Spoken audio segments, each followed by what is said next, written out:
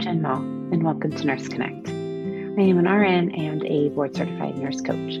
I believe that connecting with others is essential to living a happy and fulfilled life, and that sharing our stories not only helps us to heal ourselves, but also helps others by inspiring hope and optimism. I am so grateful to share stories of these incredible nurses on their journey, and I encourage you to find a way to share yours too.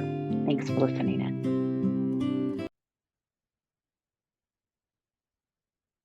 Everybody, Jenn Maul. Welcome back to Nurse Connect podcast. I am here obviously for a solo episode, which is my first. I'm super excited for that. This is season 1 reflection. What is coming up for season 2? A bit about my story as well, because I haven't shared a ton of that on here, little bits and pieces here and there. So I thought as I round out season 1 of this, I just thought I would share a little bit more about where I've been, what's going on now, and what is to come. So excited to have you guys here with me along for the journey. First off, I just want to thank you. This started as a little seed in my heart, actually, back in 2019 when I was in the depths of burnout in my management job. And at that time, what was really coming to me is and this is pre-pandemic, obviously, and just how challenging it is to be a nurse, and how many of us give and give and give until we have absolutely nothing left of ourselves.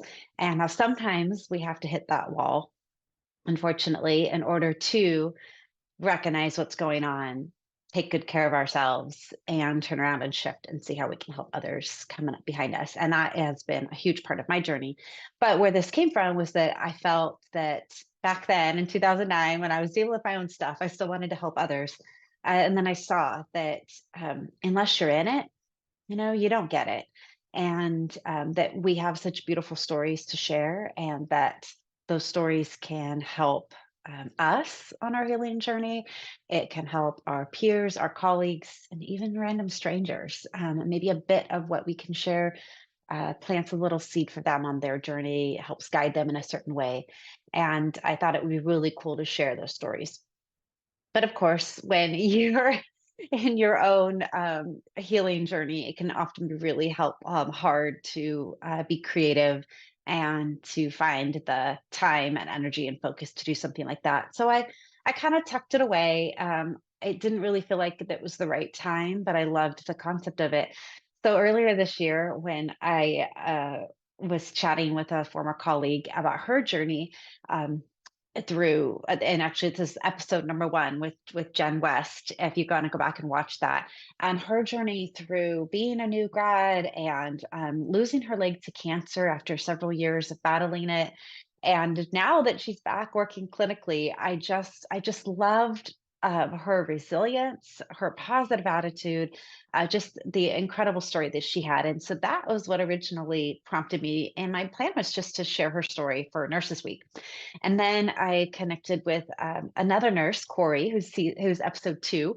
And I just loved hearing about her journey from knowing she was meant to be a labor and delivery nurse and really kind of struggling on her path to get there, and all of the beautiful synchronicities and God winks that came her way to shepherd her into the role in labor and delivery that she's in now. I thought, oh, that's a super cool story. So I thought I'll just record those 2 stories and then share them for Nurses Week. It's just kind of like a fun little thing. And then that quickly escalated into, wow, wouldn't it be amazing if, and I just started brain dumping all these different ideas, not remembering that seed that was planted back in 2019. And so as I started writing this down, I thought, this sounds so familiar. And I keep a OneNote. I use OneNote a ton. I don't know if you're familiar with that, but it's an amazing tool. And anytime I have ideas, I kind of plop them in there. And sometimes they take shape right away. Sometimes it's just there, so I don't forget about it. And so I went back, and sure enough, back in 2019, I had brain dumped almost the exact same thing that I had done earlier this year. And I thought, okay, well, now's the time. So I reached out to a couple colleagues and I said, hey, are you interested? And it just started to take shape very quickly. I think as a nurse coach or business owner, you learn that you just kind of have to take these ideas and super messy action. It's not going to be pretty or perfect, but you can improve it over time. And so I embraced that. I figured out how to record on Zoom, how to upload on YouTube. I didn't put pressure on myself, even though I knew this would be a podcast. I didn't put pressure on myself to have to learn how to use podcasting tools. I just simply have my Apple AirPods. I use Zoom to record, upload on YouTube, and eventually I figured out that I could upload to Spotify, push it to Apple, and it was just this beautiful progression over this last year of learning something new, being messy, getting a little bit better as I go, and and having the privilege to shepherd these stories of beautiful nurses on their journey, regardless of the setting, regardless of how you progressed in your career. We all have a beautiful story, and there's always going to be one or two things that resonate with somebody else, and you just never know the ripple effect that you can have by sharing your story. And so it's been amazing. I've hosted 30 podcasts since April, with 30 different nurses on their different career paths and journeys, and I feel like it's been amazing to be able to, gosh, just talk about the diversity in nursing. When we're talking about different career roles, right? I mean, everything from a traditional bedside nurse, which is what I think most people associate nursing as, to nurse coaching and leadership. I interviewed a chief nurse executive, two chief nurse executives, also, actually, somebody from quality, somebody that works in informatics. Um, Remote jobs, and tons of nurse coaches doing all the amazing things that they're doing, and everything in between. So I absolutely have, it's been such a blessing to be along on these journeys. It's also helped me to realize that this is something I'm good at, that I can be with somebody in what could be a super uncomfortable situation, being videoed while you're sharing intimate details of your story, of your life, of your career, and but helping others feel comfortable in that space, helping them to not feel judged, or release some of that shame, maybe that holding on to your story can accumulate. It is powerful to speak your truth and speak your story. That's something constantly evolving for me, and I know that helping these women. I haven't yet to have a male guest, but I've got a few lined up for season two, which I'm excited about. But to help these 30 women share their story out of the world, help them share their gifts and their talents and their career paths and the awesome, amazing things that they're doing, has been such an awesome blessing. And I got to meet half these people I had never even met before. I mean, maybe followed on social media, but in most cases, I had never met them before. So to be able to start up a conversation and to share that with me and my audience has been really super cool. So I am just looking back on this past year of launching this podcast and growing it to 30 episodes. It's just been super cool. And so then for season two, I'm hoping to expand on that. I'm hoping to grow this. I would love to reach more nurses. My goal, so I connected with 30 nurses this year. My goal is to connect with 40 next year. I'd love to have around 50 episodes. We'll see. Again, if I need to take some time off, I'll do that. I was very consistent this year, which I'm super proud of. But I'm taking Christmas time off. This is going to be the last episode. Today is November 24th, which is my 43rd birthday, and there's some significance to that I'll go into in a minute. And this is going to be posted next week. And then I'm going to just pretty much take December off. I'm going to record some episodes for season two, but I'm just going to take a pause. It's a great time to reflect. We're going to be doing some traveling, so I don't want the pressure of having to post while I'm hanging out in Disney World. And I think it's just a perfect time for me to pause. So season two will definitely be back, and bigger, and building on the progress I've made this year.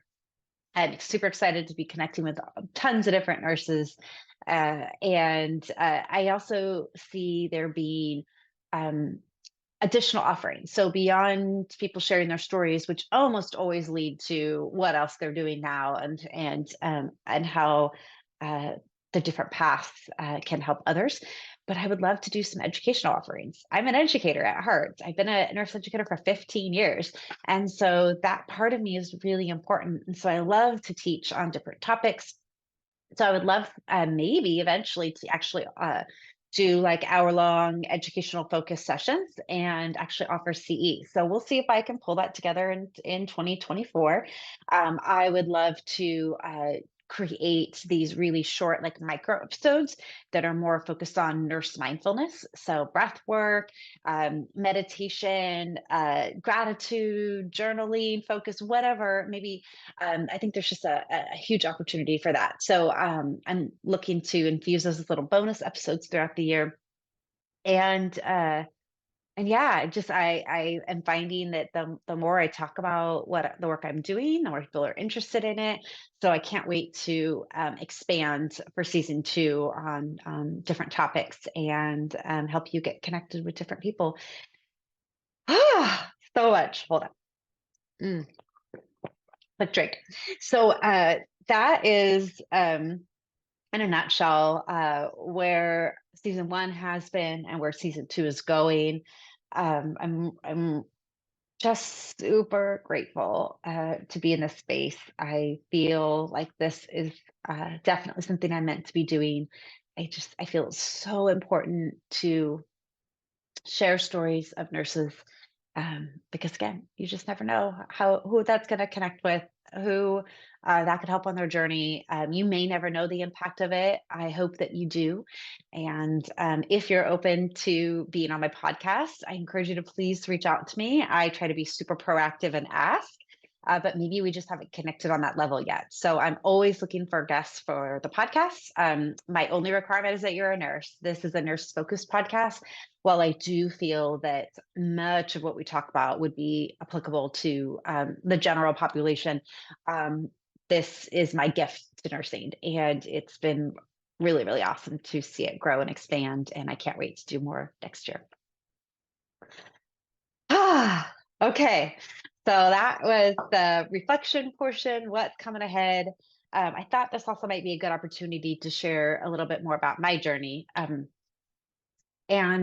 why this feels so perfect to share this today is it clicked this morning as I was waking up on my birthday. Again, I'm 43, and gosh, I feel like an old soul sometimes. And what triggered for me was thinking, oh my gosh, so is this day 5 years ago in 2018 that I really started digging into my own personal development journey.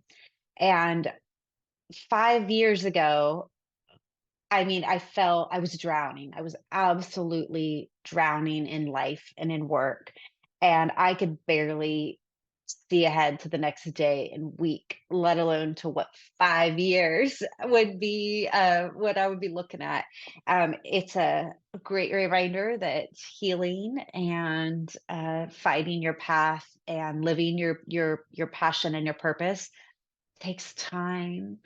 um, so much of what I've unraveled in the last 5 years, the healing journey I've been on, these have been things that I'm tracing back to 6 years old. And it took this long to, you know, work with all of this coming up in my life. Of course, it's going to take time to unravel and to heal it and to accept it and to find what's forward. So remembering that gives me a little bit of grace, and I just think of the tremendous growth I've had in the last 5 years, and it's been really cool to reflect on.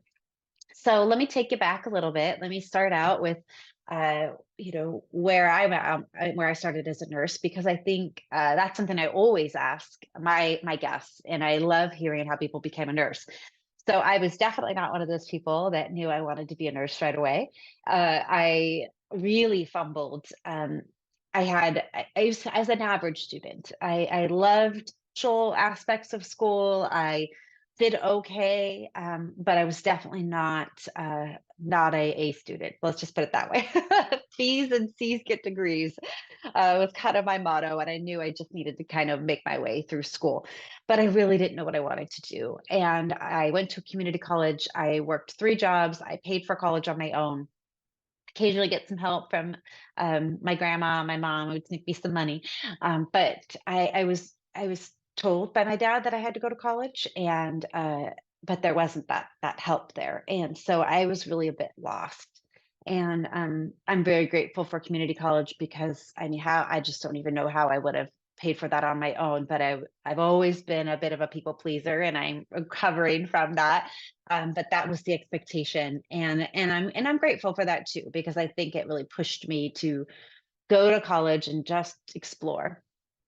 And about 3 years, I was, 2.5 years, I was feeling pretty lost. Most of my friends knew what they were doing. They're chugging away on their degree, and I'm still at our local community college, working two jobs, just trying to make it through the day. And then I took an EMT class, and that was the thing that turned it for me. I took it for fun. I took it just because I'd taken all general ed. I already had 2 associate degrees, and I thought, "Well, what the heck?" And thank God I did. Thank God I listened to that little nudge, that intuition that was saying, "Take it. What can it hurt?" And I knew right away, that I didn't wanna be an EMT, so that part I was clear on, but the content was fascinating. I loved the concept of helping others, that I could literally make a career out of doing that. And so I did a ride along in an ambulance. Again, that reinforced that I definitely didn't want to do that. But I got an opportunity to do 4 hours in our local emergency room. And I walked in, and this is, it was one of those God moments. I really felt like the heavens opened up. We're like, this is what you should do. And so I walked in, and I heard this trauma alert called overhead. And I remember Eric, the charge nurse, wore all white scrubs, hardcore ER nurse. And he walked up and he said, "Great, looks like you're a student today. Have you ever done CPR?" And I was like, wide eyed, on a mannequin, And so he said, "All right, well, this is your opportunity." And he literally dragged to our helipad, and the helicopter was landing. It didn't stop. The blades didn't stop rotoring, so they call it a hot offload. And he said, "Keep your head down, stay close to me, and just listen to what I tell you to do." So we get the guy out, and it's a absolutely, absolutely devastating injury. He had a young guy had was out in a whatever, harvesting corn, and he slipped down into the corn auger, and one leg was completely gone, the other leg was barely hanging on, and he was bleeding out, and he had just gone unresponsive, and they were just started CPR. So we get out of the helicopter range. He tells me to get up on the gurney, and literally did CPR rolling into the trauma room. I met one of the famous trauma surgeons that I later worked with a ton. Just many will know exactly who I'm talking about.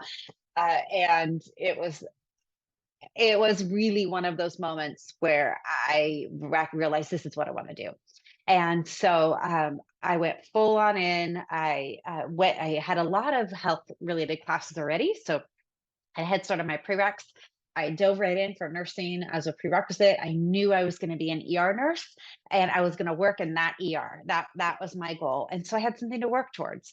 And so I again got through my prereqs in about a year, but then it took me another year before I could get into nursing school. And finally, I got the opportunity. I jumped on it, and it was a whirlwind program for sure. And it was very challenging, especially having to work multiple jobs to be able to support myself. But I made it through. And while I was going through nursing school and doing my prereqs, I had my EMT. I was able to start working as an ER tech. The first hospital I worked at was the hospital I was born at in Sacramento. So that was really cool. I put in my first year, which I committed to. I didn't want to burn any bridges, but I knew I wanted to get back up to the other hospital where I had that first experience as a student. So I transferred there as an ER tech, and they were incredibly supportive as I was going through school. I worked 6 days a week and went to school 5 days a week. It was exhausting and one of the hardest times of my life, but totally worth it. I slid on in as a new grad in the ER, went through a brief, like a 6-week crash course on how to be an ER nurse, but was incredibly supported by my team in the ER, and they really helped me. As difficult as it was to transfer from a supportive role, like as an ER tech, into the RN role, I thrived. I loved the ER. I loved the controlled chaos. I loved always having different patients and learning something new, swinging from one end of the spectrum, from a kid with a snotty nose to insane traumas. I loved learning. I loved triage. I loved trauma. I loved all of those things. And I was a preceptor pretty quickly. I'd say within a year of graduating school. I loved having students and I loved teaching and training. And so I knew right away that education was an area that I would eventually want to go into. And I had no idea how that was going to happen. I mean, who's going to, hire a nurse that's actually been, nursing a year? But I knew that I needed to think ahead a little bit. And I don't know how I knew this, but intuitively, it's just always kind of been my go to. When I start getting an inkling of something, and you'll see this as a theme as we go on, that it is what small steps can I take right now to move me towards my desired state? And so I felt that nudge to go back to school to get my master's within about a year of graduating nursing school. And I just thought, well, again, what's it gonna hurt? Like, maybe I'll get the degree and I won't do anything with it. Maybe I'll get the degree and I'll become an educator. And so I took my time. It took me over 4 years to get my master's. I did a associate degree nursing program to MSN. So I skipped their bachelor's. I knew that as an educator, if that's what I wanted to do, I was going to need my master's. So I didn't feel like for me, it was a little bit of time wasted to pause to get my bachelor's and then go on to get my master's. So I did an ADN to MSN online program. I took one class at a time. The classes were 8 weeks long. When I needed a break, I took a break. And in that 4 year period, I got engaged, I bought a home, I got married, and I had a baby. And so you think of how much life happens in 4 years, how much life happens in 5 years as I'm reflecting back eventually on my personal development journey. It was a lot, but I made it work. And my son was 9 months old when I graduated my program. I remember sticking him under the table in Starbucks and just rocking him with my foot while I'm typing away on papers. But again, you figure out a way to make things work that you really want to have. And so for me, it was all worth it. While I was doing that program, again, I mentioned a lot of life happened, and that was mostly personal stuff. But professionally, uh, at about 2 years as a new grad, I'd already been in the ED for 6 years. There were some difficult people that worked in the department at the time, and I was kinda getting a little bit crispy, probably call it compassion fatigue, in hindsight.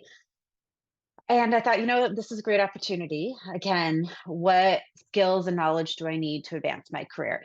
And I considered doing trauma ICU, and I thought, well, this could be a good opportunity. I'm getting a little crispy here in the ER. Why don't I step away for a bit, focus on school, learn a new specialty? And so it was great. I learned a ton about vents and tubes, lines, drains, managing complex patients, and it was great.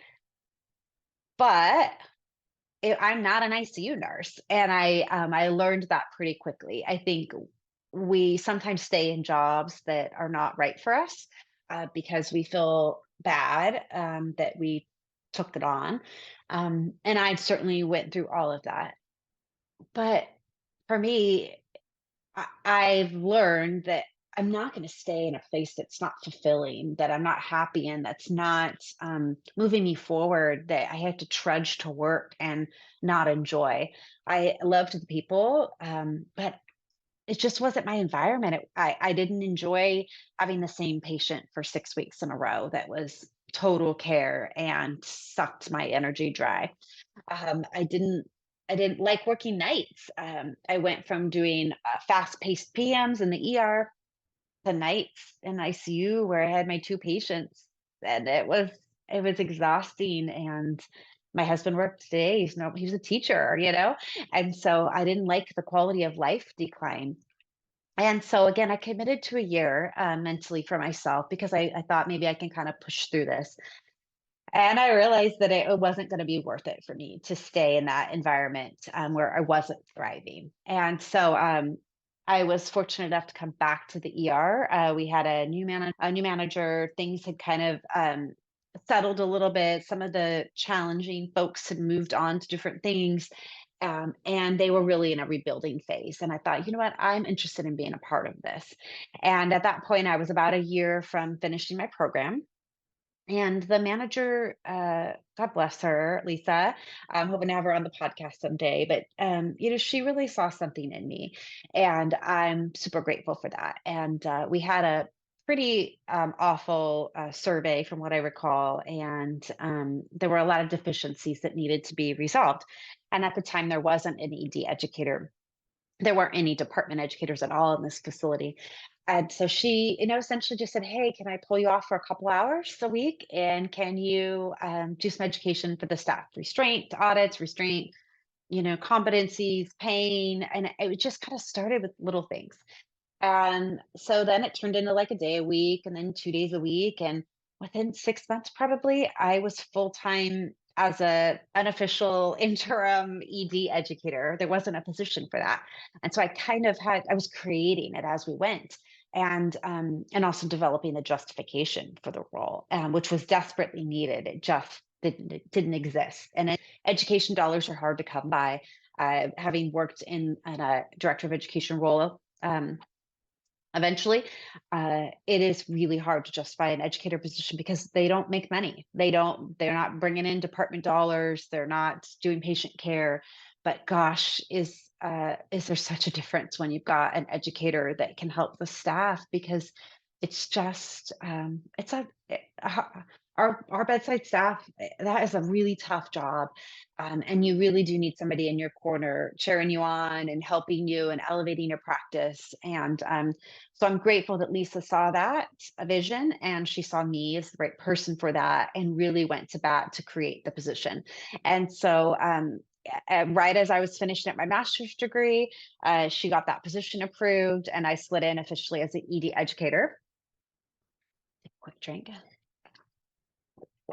And I did that role for 6, and it was awesome. I loved our department grew exponentially in that time period.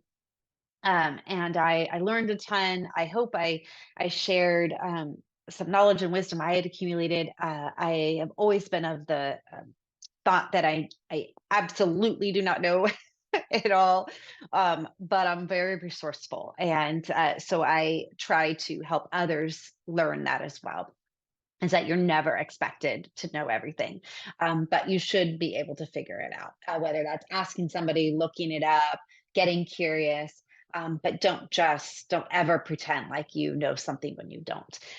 And but as I neared that 6 year mark, I had been in the ED for 12 years. I was definitely curious about exploring what else is out there. I tried the ICU. I knew that wasn't for me, but we had implemented uh, just a department specific electronic health record. And I helped develop it. I helped roll it out. I created all the training, did the training for staff. I did the downtime stuff, and I thought, oh, I'm actually really good at this. I'm good at translating.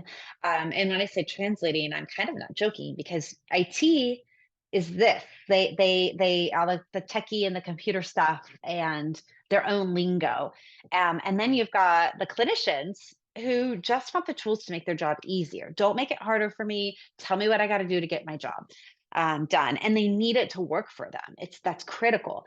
And so I found that I could take these two very different groups of people, and I could translate between them. I could take what IT was saying and I could make it make sense for the clinicians. And I could take what the clinicians needed and I could help the IT people make it work for them. And so I thought, oh wow, I wonder if there's a specialty of nursing for this. And that is when I found out about nursing informatics. So because I already had a master's, it was just 4 more classes to go back to get a postmaster's in nursing informatics. And so I thought, oh, again, what's it going to hurt? If anything, it's just more knowledge. If it turns into something more, great. But I'm super interested in this. And so I did those classes, and I was wanting to create a role at the hospital I was in, but we didn't have Epic at that time. We didn't have an EHR hospital wide, and it just didn't really make sense. And I understand that.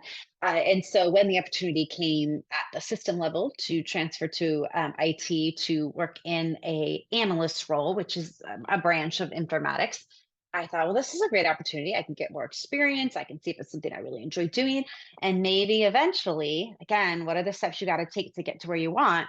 At that point, I knew I really wanted to create a nursing informatics role.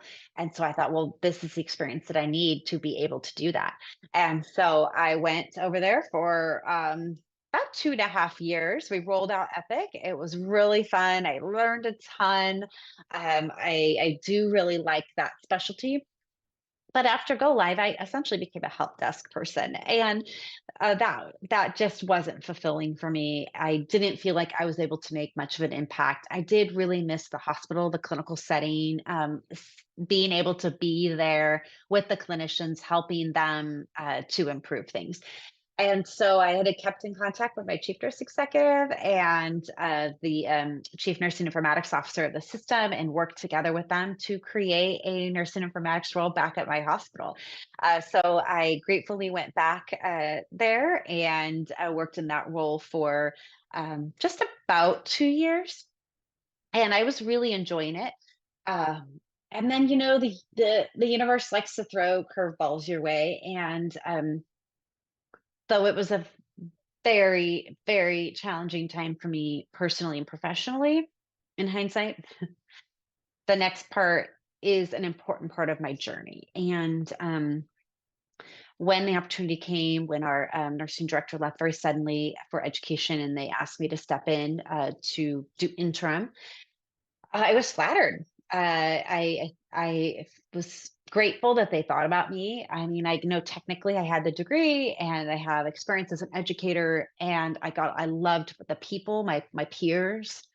Um, and so I thought, okay, well, here's the next step on the ladder, right?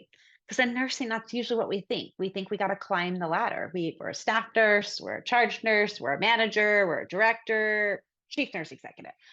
That's kind of the traditional path that we think of. And so I thought, okay, well, here's a great opportunity to get experience, and who knows where it'll lead. So I kind of ignored that little part of my body and mind that was reminding me that I never wanted to be a manager, because I don't like managing people, processes, and departments. That was why I was never a manager in the ER. Um, but they asked, and I am by nature a people pleaser, and I didn't want to disappoint anybody. And I knew we needed leadership, and I am a leader. I always have been, and I'm proud of that. An unofficial leader, as I like to call myself, but always a leader. And so I took on that challenge. Um, but it pretty much broke me, if I'm being frank. And but again, it's a huge part of my journey.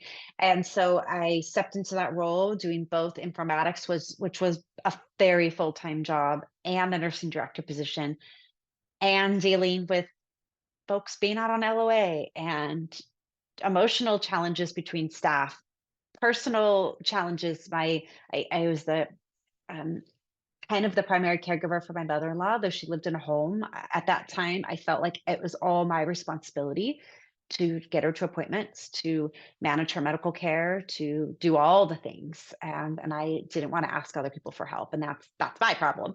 Where I was in a volunteer organization, and I had just started becoming I just became president for the organization, and I helped with my son's stuff, and all of that left no time for me.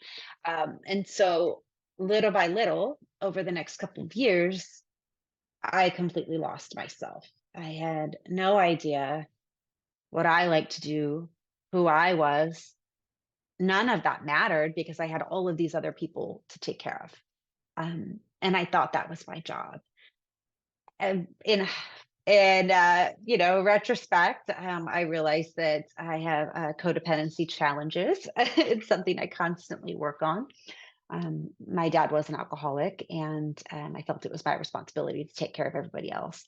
And so I see where that started in childhood and just grew over time until it became crippling, absolutely devastating, crippling, 100% contributed to my burnout, which was rapidly approaching.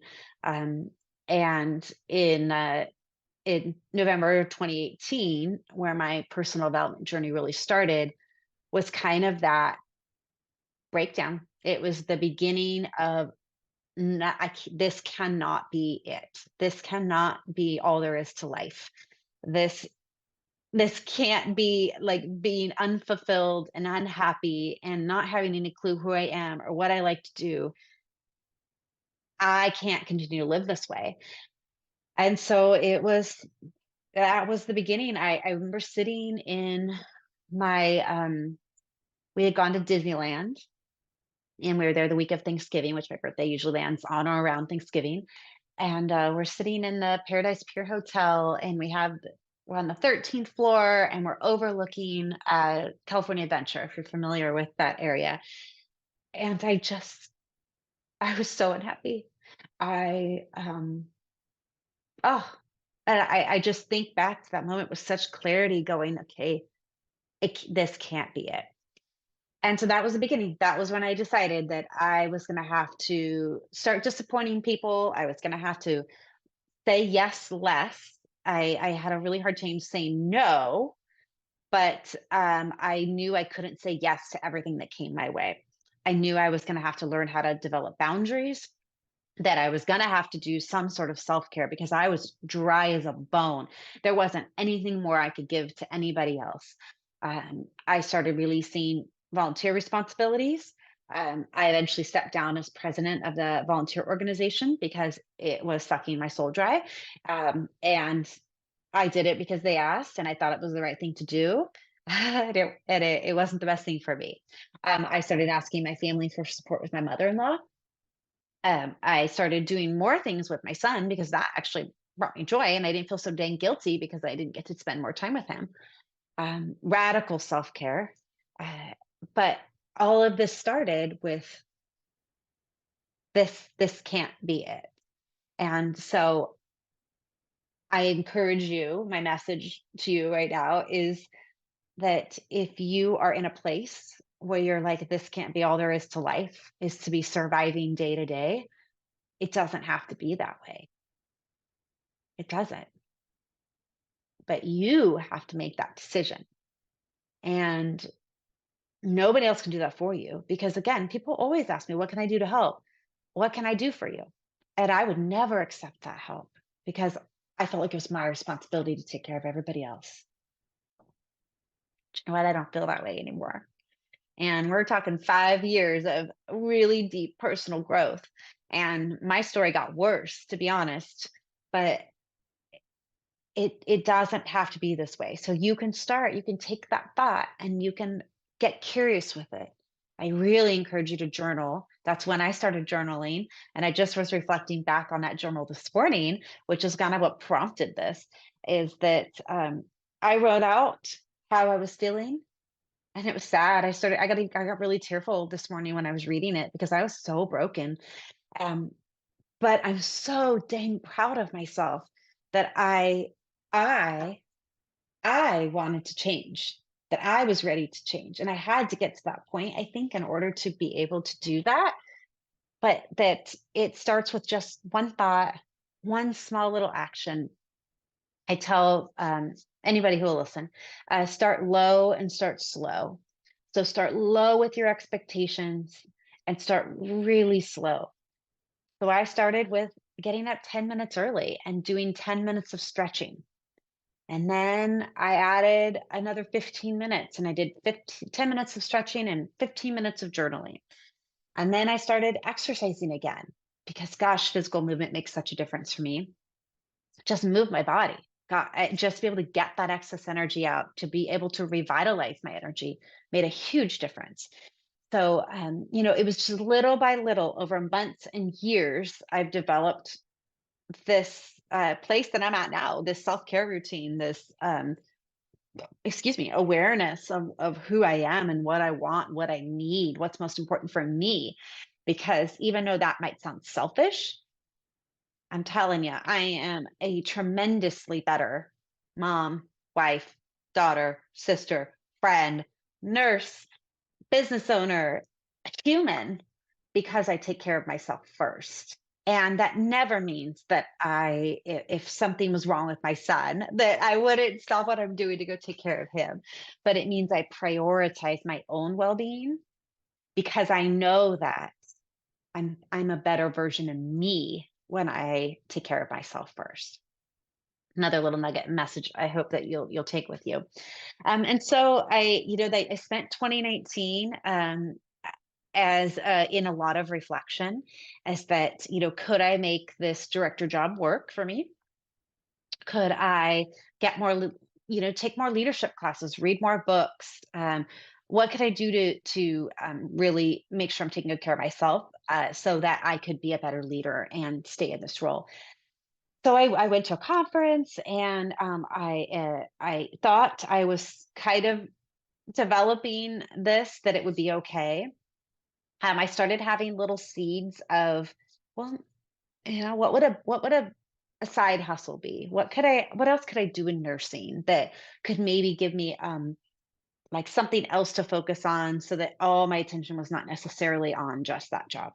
So I started exploring different options, and I went to a nursing business conference for the first time, which was amazing. I met my first coach, Pam, there, and so between therapy, coaching, reading personal development books, which all started in 2019, I realized that I couldn't stay at that job. That the circumstances that were there, that I needed to do my own healing, and I couldn't be taking care of others while I was trying to take care of myself. And so although I loved my people and I was devastated to leave them, the job became, 80% of things that I hated, that drained me, and maybe 20% of the things I like to do. I felt very removed from to direct education, which is really what lights me up. And so, on a when we were in Edinburgh, Scotland, in late 2019, early 2020, right before everything happened with COVID, I made the decision. I knew that I couldn't stay in that role, and that it was time for me to move on. I felt like giving it 2.5 years was definitely the college try. And if I couldn't make it work, that I couldn't, it wasn't for me.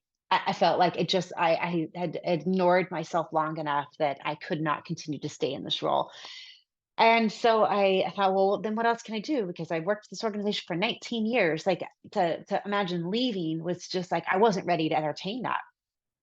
One sec. Excuse me. So I realized that I love personal development. I had worked with one of my nurse educators to include some wellness content in our skills days the previous 2 years. I knew this was an area that was so desperately needed. Burnout was so bad before COVID, and COVID made it so much worse.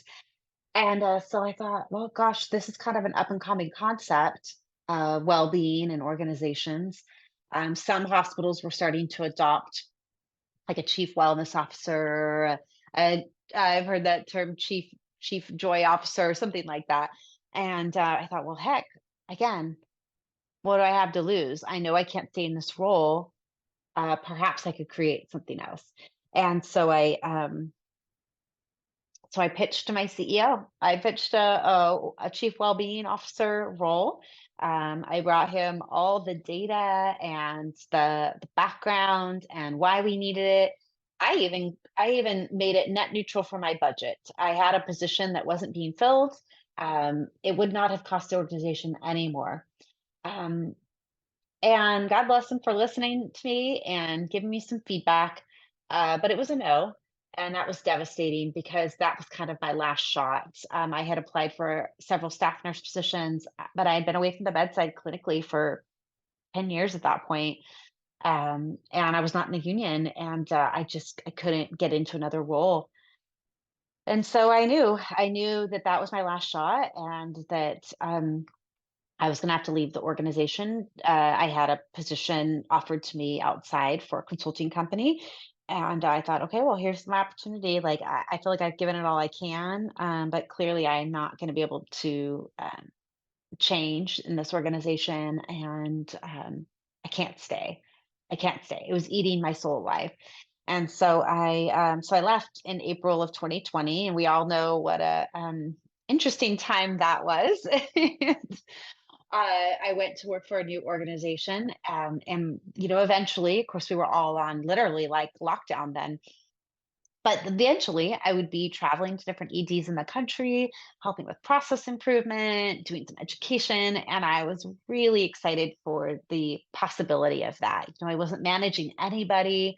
I got to work from home when I wasn't traveling, and I really was very hopeful that this would be the next big thing for me. And ugh, after already taking about a $40,000 pay cut, but we were going to make it work because we knew it wasn't healthy for me to stay in that job. I got furloughed after 6 weeks in that job, and furloughed for 3 months, which extended to 4 months. And that was probably one of the lowest times in my in my life. I mean, I was already burned out and trying to figure out who I was and what to do. And then I completely lost my identity. If and I couldn't get a job because nobody was hiring at that time in my area, in the Sacramento area. We just our hospitals were half full. There were no surgeries being done. Um, all positions had been frozen. It was such a bizarre time. And so at that time, my identity was so wrapped up in being a nurse. And if I'm not a nurse, then who am I? What value do I bring to society?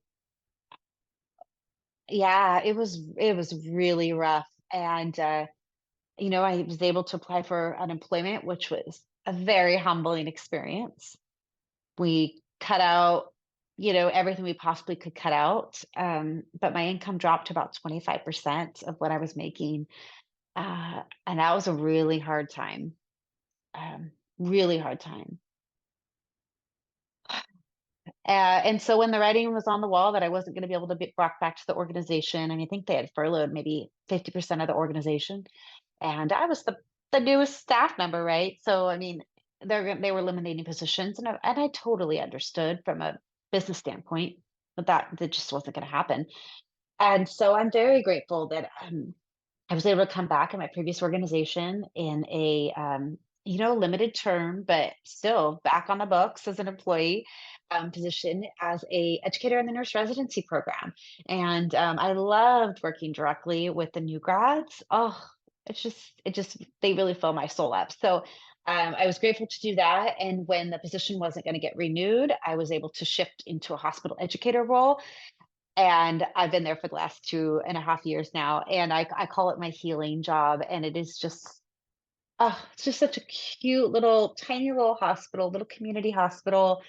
It's quiet, the people are beautiful, you walk down the hall, everybody smiles and waves, and even on the hard days, people are there for each other, and, it is just a really beautiful little organization. And I call it my healing job because, again, I'm not a manager. I like to say I'm just an educator, gratefully so. I come in, I do my job, and I leave. And after about a year there, and just kind of finally feeling like I figured out now who I am, regardless of if I'm a nurse or not. I felt pretty solid in myself.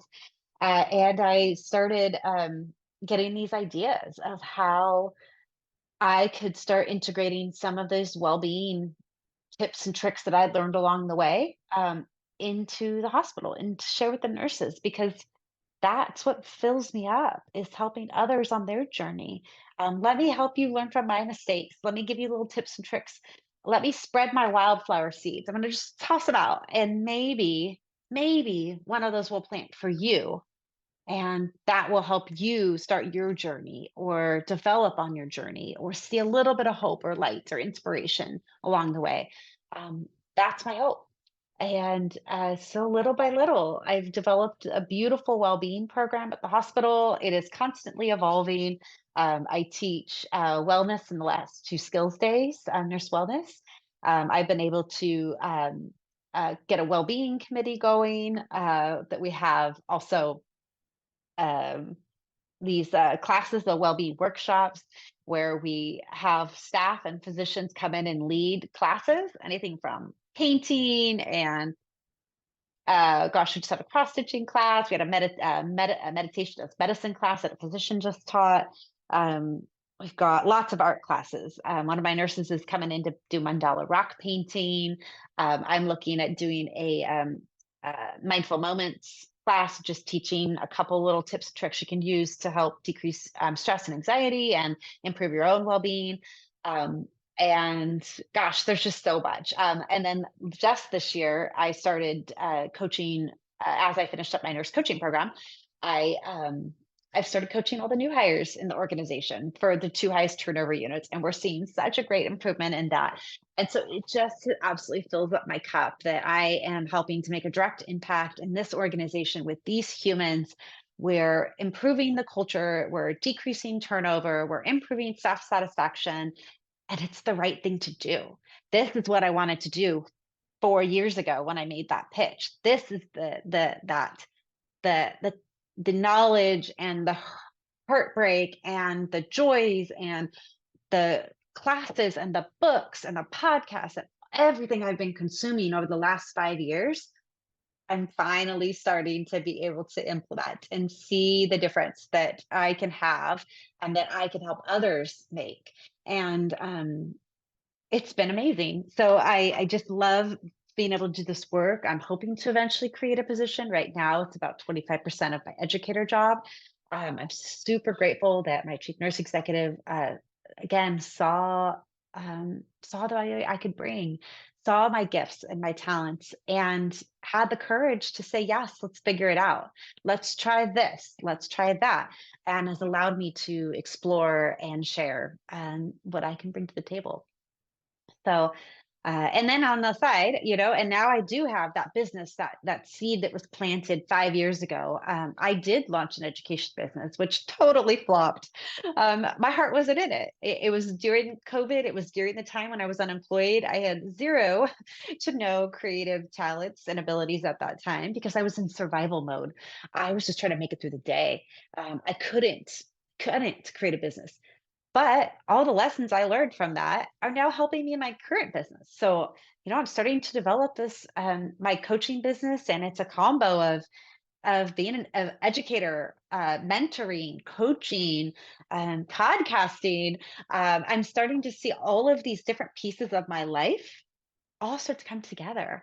And it's taken 5 years from when I first started having these thoughts of I want things to be different, and little by little, painfully slow sometimes, deep, dark valleys that often have occurred that I've had to crawl back out of and figure out what the heck am I doing? Where am I going? Who am I serving? Why am I doing this?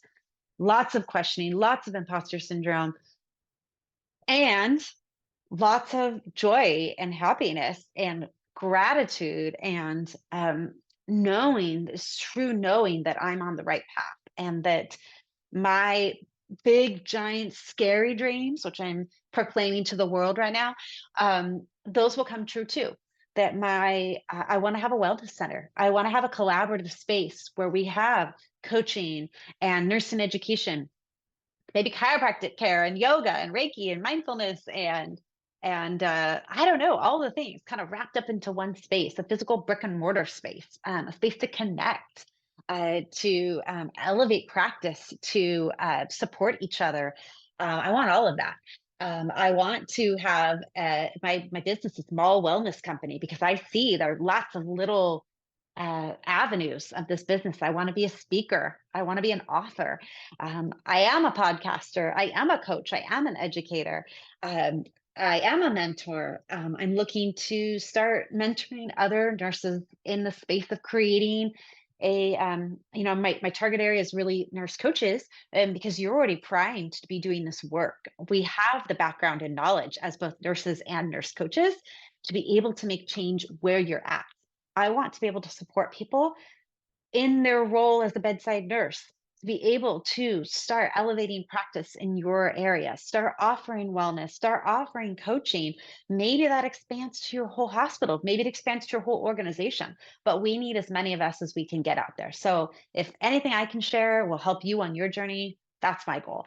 I would love to eventually create some dedicated coaching space to this. We'll see. I don't know where life will lead me, but I know that anything that I want to do, I can do.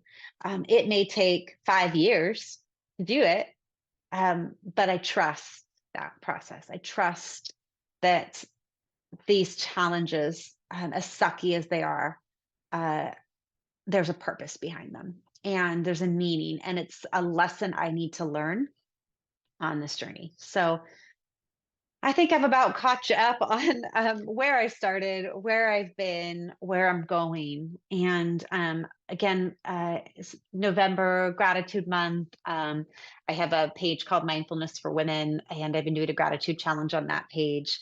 Uh, and gosh, I was in my journaling this morning, which is such a huge part of my self care practice. I was just reflecting on these last 5 years and how incredibly grateful I am, even for the really hard, sucky times, because they've led me here. And I try to remember in the moment when the hard things are happening that this is so temporary, and that I try to glean the lesson from it as soon as I can, because that helps me move through it. Um, and yeah, I'm just grateful for the support I've gone along the way, my mentors, my coaches, my peers, this beautiful community of nurse coaches that I'm a part of.